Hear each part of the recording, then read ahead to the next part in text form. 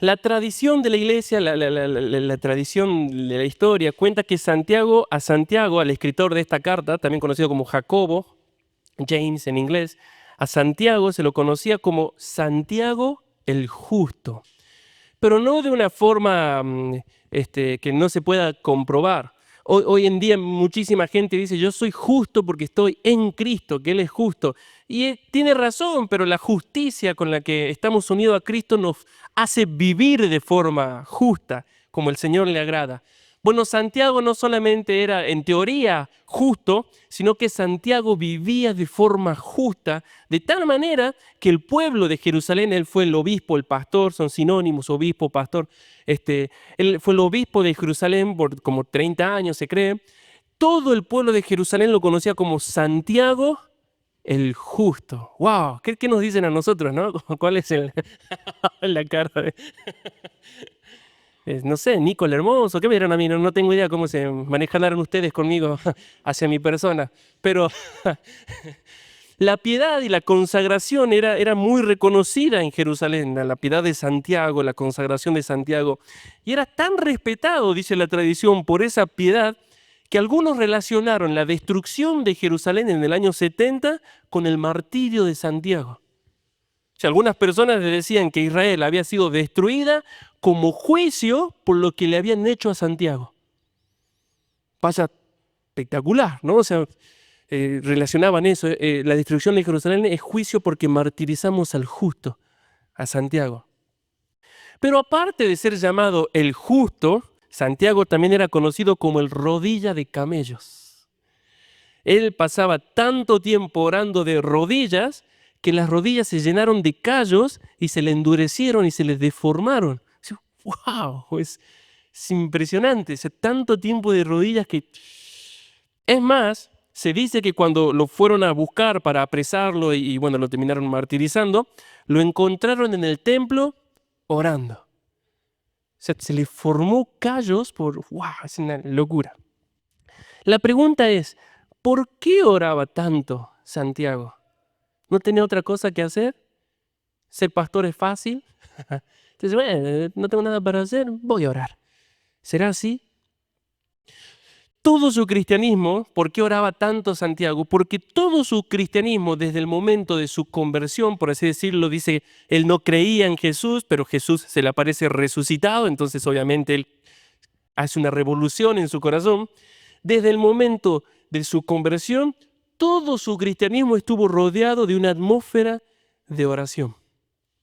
Todo su cristianismo. Y eso es crucial entender, yo a veces se lo he dicho, ¿no? El discipulado no es un estudio de los martes de 1 hora transmitiendo información. El discipulado es un trabajo de la iglesia, donde el que entra recibe la enseñanza correcta y luego la ve en los hermanos. Esto es ser cristiano. Y así se va formando un corazón. Por eso mi hijo tiene la cultura de casa y sus hijos tienen la cultura de sus casas. Se va formando la vida así. Bueno, Santiago, desde que se convierte, estuvo en una atmósfera de oración. Desde la ascensión de Jesús, él formó parte de una iglesia que, según Hechos 1:14 y Hechos 2:42, perseveraba en oración. Y como vivían de esta forma, Santiago aprendió a orar.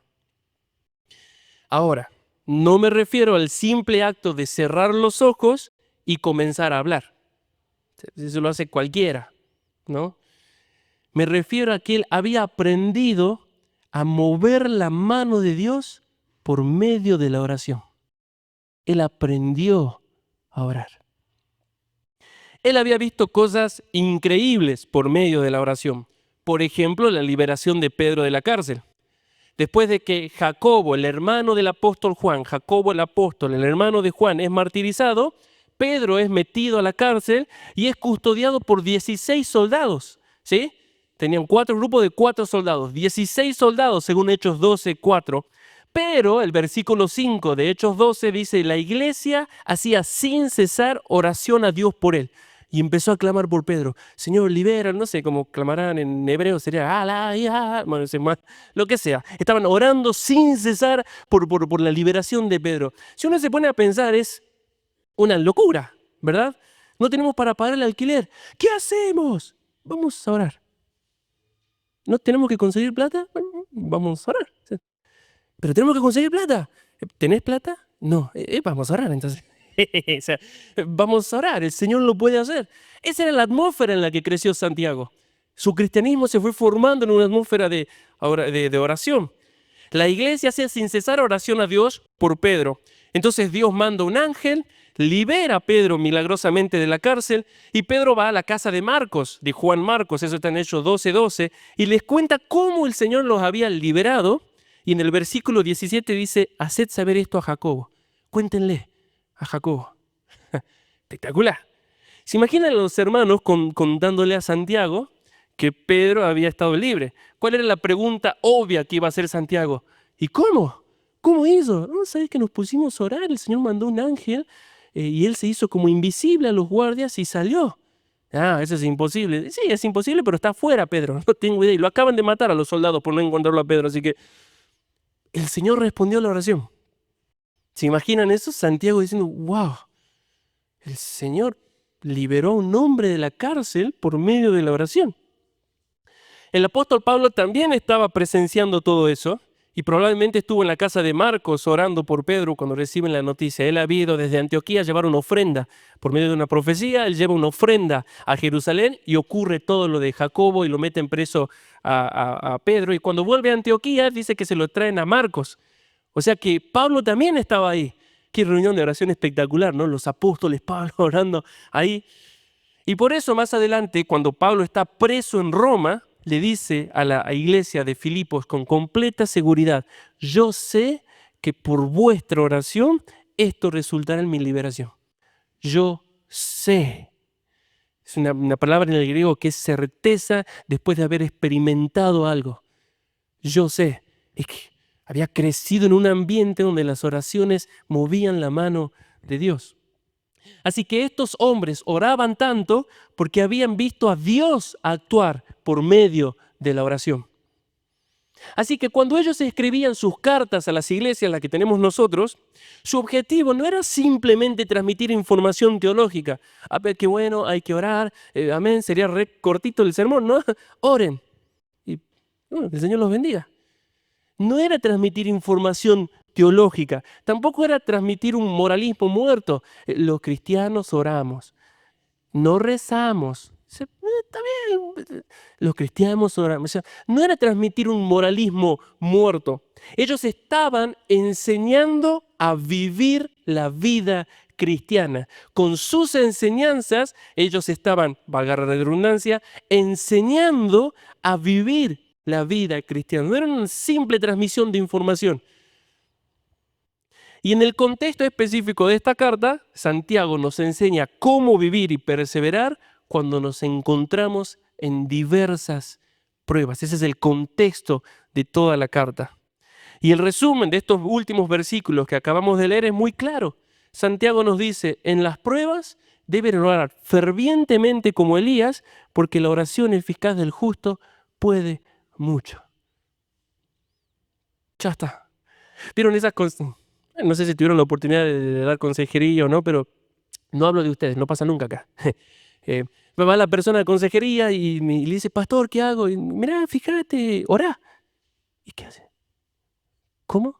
Orá, busca la voluntad del Señor. ¿Pero qué hago, pastor? ¿Qué hago? ¿Lo mato cuando está dormido? ¿Qué hago? ¿Le pongo hielo, veneno en el hielo? Vieron que así murió, creo que un emperador.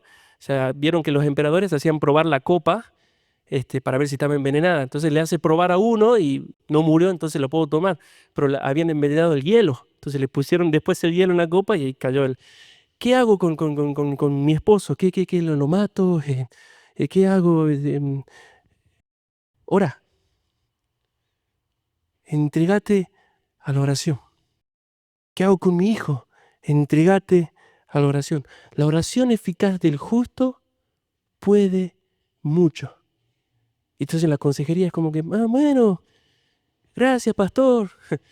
Yo pensé que me iba a decir algo. ¿Qué querés que te diga así? Busca al Señor. Santiago, hermanos, aprendió a orar y ahora le está enseñando a la iglesia a vivir bajo diversas pruebas. Clamen, oren, Busquen al Señor. Santiago fue un hombre que aprendió a vencer la aflicción, aprendió a vencer la autocompasión y aprendió a vencer el rencor por medio de la oración. Miren lo que dice el versículo 13. Por eso es lo que dice en el versículo 13. ¿Está alguno afligido entre vosotros? ¿Sí? ¿Está alguno afligido entre vosotros? Ore. O sea, qué insensible este pastor, ¿no? O sea, como que yo quiero una consejería, quiero que me impongan las manos, ahora en el nombre, y empujarme hasta caerme, ¿no? Hasta asegurarme que hay alguien atrás, entonces me tiro, o sea, yo quiero eso. Y Santiago dice, haga oración. Están tristes, afligidos, su corazón está destrozado, no dan más, haga oración. ¿Por qué creen que dijo eso? Porque él aprendió a vencer la aflicción por medio de la oración. Luego dice, ¿está alguno alegre? Cante alabanzas. ¿Sí? Si está alguno en la prueba, si alguno está de buen ánimo, bueno, enfóquese en el Señor, adora al Señor. Si estás afligido, busca al Señor. Si estás alegre, adora al Señor. Todo es el Señor. Santiago había visto milagros de sanidad y de restauración espiritual en la iglesia por medio de la oración. Miren lo que dice el versículo 14. ¿Está alguno enfermo entre vosotros? Llame a los ancianos, que son pastores, a los ancianos, los pastores, los obispos, son sinónimos. Llame a los ancianos de la iglesia y oren por él, ungiéndole con aceite en el nombre del Señor. Y la oración de fe salvará al enfermo, y el Señor lo levantará. Y si hubiere cometido pecados, le serán perdonados. Es una sanidad completa. ¿Por qué dice eso? Porque él había visto la obra de Dios en la iglesia por medio de la oración. Santiago también había visto cómo las relaciones en la iglesia pueden ser restauradas y limpiadas al confesar pecados por medio de la oración. Miren lo que dice el versículo 16. Confesaos vuestras ofensas unos a otros. ¿Y qué sigue? Y orad unos por otros para que seáis sanados. ¿Ven? Paréntesis, no es todo voy al pastor, yo quiero hablar con el pastor, yo quiero y el pastor. O sea, el Señor nos dio un cuerpo, hermanos, una iglesia. Todos somos miembros del mismo cuerpo. Y acá Santiago dice, confiésense sus ofensas, pídanse perdón, digan, mira, guardé esto, te pido perdón, actúa así, y oren para que sean sanados. Y ahí viene la oración eficaz del justo, puede mucho. Es una iglesia que ora de forma individual, ora con el liderazgo y ora con ellos. O sea, ora, constantemente ora. Santiago también había aprendido a escuchar al Señor y a recibir sabiduría y dirección en momentos duros y cruciales por medio de la oración. Miren lo que dice Santiago 1:5. Si alguno de vosotros tiene falta de sabiduría, ¿recuerdan que lo vimos? Pídala a Dios, el cual da a todos abundantemente y sin reproche y les será dado. Es toda una carta donde él enseña cómo ser cristiano en las pruebas. Y una de las características del cristiano que vence es que ora. Él había aprendido a conocer el corazón de Dios por medio de la oración. Santiago sabía la oración que le agradaba a Dios y sabía la oración que no le agradaba a Dios. Por eso, en el capítulo 1, versículo 6, nos dice que debemos pedir con fe, sin dudar nada, porque el que duda no va a recibir absolutamente nada. Y en el capítulo 4, versículo 4, nos dice que no debemos orar para gastar en nuestros propios deleites. Es decir, que él sabía orar porque tenía un registro de oraciones a los cuales el Señor le había dicho no. Entonces empezó a examinar su corazón. ¿Por qué no? ¿Por qué no? ¿Por qué no? Y ahí esto, saca esto, fíjate la motivación, Y una vez que hizo eso, ¡pum!, con la oración contestada. Él había aprendido a orar, orando. Así que él tenía un registro de oraciones no contestadas, eso lo llevaron a examinar su corazón, a cambiar lo que tenía que cambiar para obtener la respuesta. Santiago aprendió a orar porque se dedicó a orar. Y de esa forma terminó conociendo más a Dios. Esta es la oración que le agrada, él es así. Terminó conociendo más su propio corazón porque tenía que examinarse qué pasaba y conoció más del poder de Dios. Porque oraba. Para Santiago, hermanos, viendo todo el contexto ya y terminando esta carta, no se puede avanzar ni perseverar en la vida cristiana sin oración. No se puede. No me estoy refiriendo a la oración de la comida. Entonces, Señor, bendice estos alimentos. Jere, todas las comidas del día para Jere son desayuno. Entonces, anoche él oró por el desayuno. No, dice, Señor, te doy gracias por el desayuno. Amén. ¿No? No me refiero a esos tiempitos que uno ya lo hace inconscientemente, porque ¿qué hace el cristiano ahora? ¿No? En la comida. Se refiere a una completa dependencia del corazón. Confía en Dios. Y su primera reacción es, clamo al Señor. Precioso.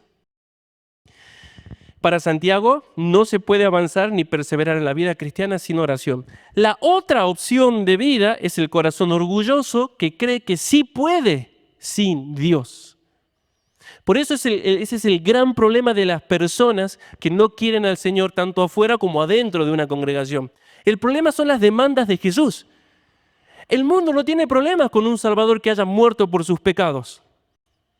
Le encanta que haya muerto por sus pecados, que lo haya perdonado, que le asegure la vida eterna si solo cree. Al mundo y a la iglesia le encanta un Salvador así. El problema está cuando Jesús dice, debes amarme a mí por encima de todo. Debes renunciar a tu propia vida y hacer mi voluntad. Debes humillarte ante mí. Debes confiar en mis recursos. En medio de la prueba, ora. Me imagino para el ansioso ahora se debe querer matar, ¿no? Los ansiosos que están en la silla. Termina rápido porque quiero explotar en el baño. No, o sea, sé paciente y ora. Para un escritor, A.W. Tozer, decía, para el adorador bullicioso de nuestra época, estad quietos y conocer que soy Dios es algo completamente extraño. Así que está una opción de vida. Me humillo, confío en Él, confío en sus recursos, eso es tener fe cristiana, y obedezco. La otra opción de vida es el corazón orgulloso que cree que puede sin Dios. Cree que puede vencer la prueba sin Dios, cree que puede hacer las mejores elecciones y decisiones sin Dios, cree que puede vencer las aflicciones sin Dios, cree que puede hacer el ministerio y llevar una vida de iglesia sana sin Dios. Son dos opciones.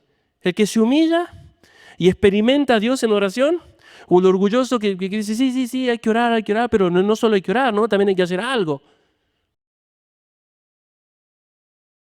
Por eso, el corazón orgulloso trae como resultado, no por eso, sino que en consecuencia el corazón orgulloso trae como resultado todo el caos y los pecados que vimos en esta carta. Literalmente, estos hermanos en la iglesia se maldecían unos a otros. Literalmente. Se usaban. ¿Recuerdan? Vos sos rico, tenés plata, te puedo usar. Te señalan, no tengo idea de quién es rico. Mi esposa, que no se trabaja. Vos sos rico, me servís. Qué hermana, qué bendición la hermana, porque tiene dinero. Y vos no te vas a ofender. Vos no tenés ni, no sé, lo que sea. Nada, Lucas.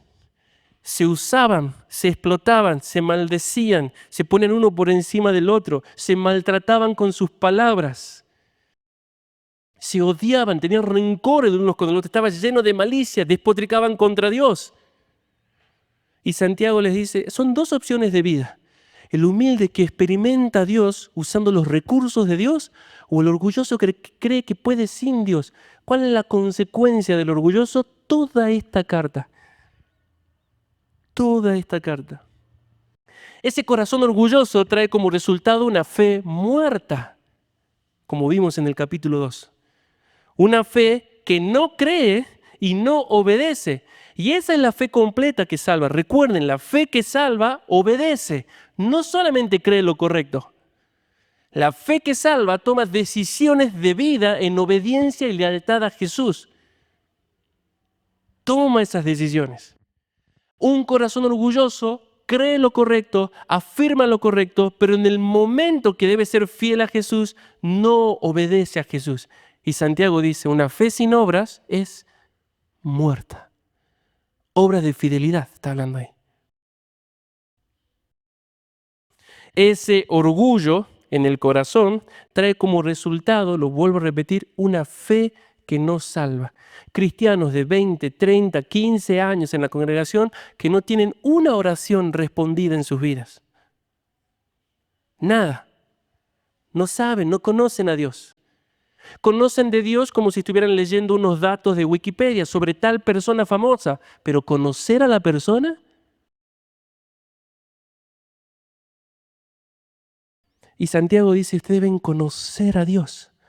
El orgullo te aparta de Dios. Destroza tu vida, destroza tu familia, destroza tu matrimonio, destroza absolutamente todo. Humíllate y experimenta a Dios. Ora, clama. Así que en estos últimos consejos Santiago nos está diciendo, si quieres avanzar y perseverar en la vida cristiana, debes orar. ¿Les ha pasado arrodillarse y a los 5 minutos ya no saber qué decir? Bueno, el otro día un hermano me decía que se arrodilló y se sorprendió que pasó como una hora, se había dormido. Y yo le digo, me ha pasado tantas veces levantarse todo contracturado así por decir 2 horas dormido. ¿Les pasó eso? ¿Les pasó eso de estar orando y de repente pasa Sonic? ¿Qué pasó? ¿No? Y empiezan un montón de pensamientos que nada que ver. Recuerdos de cuando uno ni siquiera vivía, ¿no? O sea, wow, ¿cómo habrá sido San Martín cruzando los Andes? Estoy orando, wow. Y Satanás atacando. ¿Y por qué pasa eso? Y bueno, creo que Satanás conoce el poder de la oración. Creo. El problema que veía Santiago en esta congregación a la que le escribe es que ellos no conocían el poder de la oración. Estaban tan concentrados en su vida, en su seguridad, en solucionar sus problemas para ellos mismos, que no confiaban en Dios. No confiaban en Dios. Así que Santiago le dice, deben orar. ¿Estás afligido? Ora en privado. Ora con tus pastores. Oren con sus hermanos. Oren. Hago un paréntesis, yo sé que ustedes me lo han dicho con mucho amor, no, que yo no te avisé, ¿no? Después que ya están muriéndose en el hospital, yo no te quise avisar, pero no te quería molestar. Ninguno de ustedes me es una molestia, jamás, nunca. Son una bendición para mí y los amo muchísimo y mi esposa sabe muy bien, los amo muchísimo. Tampoco me llaman a las 3 de la mañana, ore por mi perro, pastor, pero sino me refiero a que es un privilegio pastorear la iglesia y pastorearlos a ustedes. No son una carga, ¿o sí? Les pido, bueno, no les puedo decir que no hablen, pero que no vuelvan que no dejen que ese pensamiento de Satanás gobierne sus corazones. No te avisé porque no te quería molestar o tenés tantas cosas que hacer. Les doy una noticia. Ustedes son las cosas que hacer que yo tengo. El Señor me los confió a ustedes. Amarlos a ustedes. Clamar por ustedes. ¿Ok? Gracias. Que Satanás no ponga eso en su corazón porque no son una molestia. Tampoco si ahora me dicen podemos hablar y yo le digo, mira, ¿puedo el miércoles? Al final, no. O sea, recuerden que soy 1 para 50. O sea, no. O ahora en coinonía, pastor, o sea, disfruten, conózcanse, ¿no? Oren unos por otros, confiésense. El domingo pasado tuvimos una charla de 10 minutos con Bauti, con Dani T. Mira, a mí me está costando esto, me sentí muy triste esta semana, oremos. Fue hermoso, ¿no? Fue en 10 minutos. Así que Santiago está diciendo, una vez aclarado que no son una molestia en absoluto y nunca lo van a hacer para mí, Santiago está diciendo, oren en privado, oren por sus pastores, oren por sus hermanos, oren por sanidad, oren por fortaleza, oren por sabiduría, oren por dirección, oren por perdón, oren por los demás, oren, clamen, oren. La oración eficaz del justo puede mucho. Así que si te encuentras en diversas pruebas, aflicción de alma, tristeza de corazón, lágrimas, está bien. No, en mi vida te voy a decir, además yo le enseño a Jere que está bien llorar. Es una de las formas más dulces y hermosas de descargar el alma. Si el Señor no nos hubiera dado lágrimas, ¿cómo sería nuestra vida? Explotaríamos. Entonces yo le enseño a él, orá, pero levantá tu mirada al Señor. Orá en sus manos, llorá en sus manos. Clama al Señor. Si te encuentras en diversas pruebas, haz de la oración una de tus armas principales para vencer y avanzar. Eso está diciendo Santiago. Ora. Y no debemos dejarnos engañar por Satanás de que solo los grandes hombres de Dios pueden obtener respuestas a la oración y vivir un cristianismo vibrante y emocionante. Miren lo que dice el versículo 17. Elías era un hombre sujeto a pasiones semejantes a las nuestras. ¿Qué le está diciendo ahí? Era igual que vos y yo, Elías. Tienen las mismas luchas, las mismas tentaciones, los mismos problemas. Y oró fervientemente para que no lloviese. Y no llovió sobre la tierra por 3 años y 6 meses. Y luego oró otra vez y el cielo dio lluvia y la tierra produjo fruto. En ese tiempo se creía que si alguien podía hacer llover por medio de la oración era alguien distinguido, era alguien diferente a los demás. Y sí, ¿no? Uno como que mejor no lo molesta porque hace llover, capaz que ora y ¿no? Pero Santiago les dice, no se dejen engañar por ese pensamiento popular. Elías era igual a nosotros. Tenía hambre, tenía sed, tenía miedo, tenía problemas, además los perseguían, creo, para matarlo. Vivió un cuadro de depresión, luchó con el Señor, no quiere saber nada. Llegó a un punto de decir, matame. Lo que veo es apatía por todos lados, no hay uno que te busque. Y el Señor le dice, bájate del pony porque yo tengo como 7.000, 5.000 que no doblaron sus rodillas. Pero es que su corazón estaba atribulado. Así que era igual que nosotros. ¿Pablo era igual que vos? Ay, ya les costaba, ¿no? O sea, idólatras. Es que ese silencio nos enseña que el corazón no tiene problemas de poner en un pedestal a los demás, pero es una forma de no imitarlos. Es una estrategia del corazón, por decir, es que era Pablo, o sea, Pablo. Dice, ¿cómo yo voy a orar como Pablo? No te dejes engañar, tu corazón no le importa humillarte en ese sentido con tal de no obedecer. Elías era igual que nosotros, con las mismas luchas y mismas debilidades, mismas fortalezas, la misma confianza, pero sobre todo él tenía el mismo Dios. Ahí está la clave. No tanto de si oro bien o oro mal o no sé pronunciar o digo víctima en lugar de víctima. No importa, es Dios el que escucha mi oración. Dios el que recibe estos balbuceos. Veíamos una predicación de esta hermana que se llamó Corrie ten Boom, explicando a la iglesia cuánto a Dios le encanta recibir la oración de sus hijos. Y él cuenta la historia de un hombre que estaba en la guerra y su esposa le escribe una carta desde su casa y su hijo de 3 años le dice, ¿qué estás haciendo, mamá? Y ella le dice, estoy escribiendo una carta a papá. Y él con 3 añitos dice, yo también le voy a escribir una carta. Y entonces, ¿cuál fue su carta? Un garabato. Su mamá dobló el papelito y lo puso junto a su carta y se lo envió al papá. Cuando la carta llega al papá, el papá ve un garabato y lo estaba por tirar, pero antes de tirarlo, lee la siguiente frase que había escrito su mamá. Esta es la carta de Juan. Y ese garabato se convirtió en lo más precioso en la guerra para él. Y Corrie ten Boom decía, nuestras oraciones son así. Son ese garabato hasta que nosotros decimos en el nombre de Jesús. Y el Padre dice, esta es la oración de André. Y me habló mi hijo. Me encanta cuando mi hijo, espero que en la adolescencia, padres que tienen hijos adolescentes, no cambien nunca, pero a veces me abraza y me dice, te amo. Y se queda así. ¿Me das plata? Pero no, esa es otra cosa. Me compras un huevito Kinder, no pide cosas baratitas, ¿no? O sea, pide... Pero cuando te abraza, todo padre sabe eso. Adolescentes, háganlo más con sus papás. Abrácenlo y te amo. Es una fortaleza que uno sale corriendo de su casa a trabajar, ¿no? O sea, por amor. Así son nuestras oraciones. Son esos garabatos, esos balbuceos que cuando decimos en el nombre de Jesús, Él la presenta, dice, esta es la oración de Marce. Y el Padre dice, wow. Elías era así, igual que nosotros. Él obtuvo respuestas del Señor porque la diferencia con nosotros es que él se dedicó a orar fervientemente. La diferencia no estaba en que él era Elías, sino que él confiaba en la oración.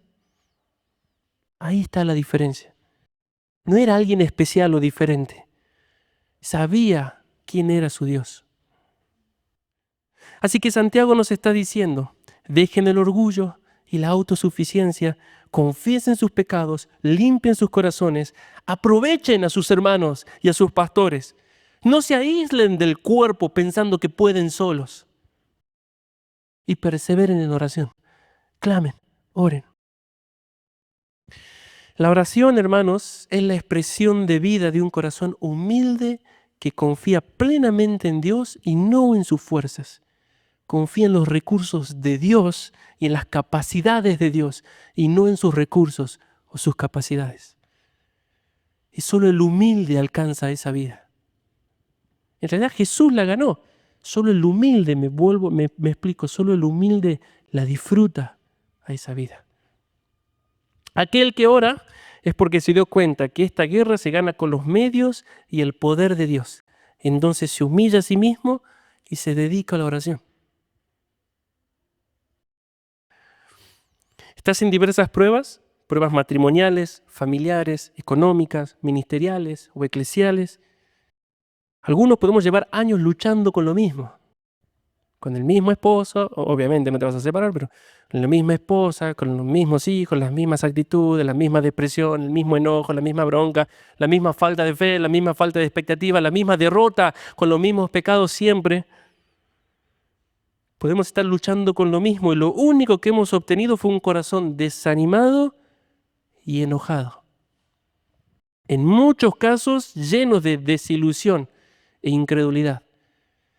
Está claro que nadie de aquí va a decir, no hay que orar, no hay que confiar en el Señor. Pero el cristianismo es una respuesta de vida, no una respuesta oral. No como cuando pasan los adolescentes a dar examen oral. Entonces se ponen así como el chavo y repiten todo como loro hasta que el profesor se le ocurre decir la pregunta que no se puede preguntar. ¿Y cómo lo aplica esto en esta situación?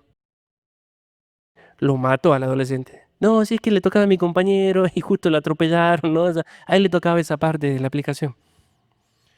Eso no es cristianismo, recitar lo correcto sin conocer a Dios, sin saber vivirlo. Algunos de nosotros, por nuestro orgullo, nos hemos formado un corazón que solo espera lo peor del otro. O solo espera ya la derrota en lo que tenga que hacer. Clama, pero ya está tan cerrado su corazón en la negatividad porque no cree en Dios que no espera un cambio, no espera que el Señor provea, guíe, fortalezca, se manifieste. Simplemente se ora porque es lo que hacen los cristianos, ¿verdad? Hoy, si alguno está así, hoy es tiempo de comenzar a restaurar nuestras vidas por medio de la oración. Aprender a vivir el cristianismo y orar. No sé si alguno de nosotros al final de nuestras vidas nos pondrán ahí en la tumba el rodilla de camellos. No, yo pongo almohadoncito, así que nunca se me va a formar. Pero sí que mi hijo pueda decir, mi papá conocía a Dios.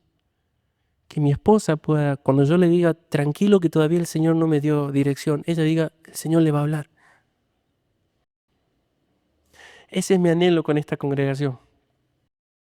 Nos humillamos y perseveramos en oración para vencer las pruebas, para experimentar a Dios y presentarnos en fidelidad cuando nos llame a rendir cuentas.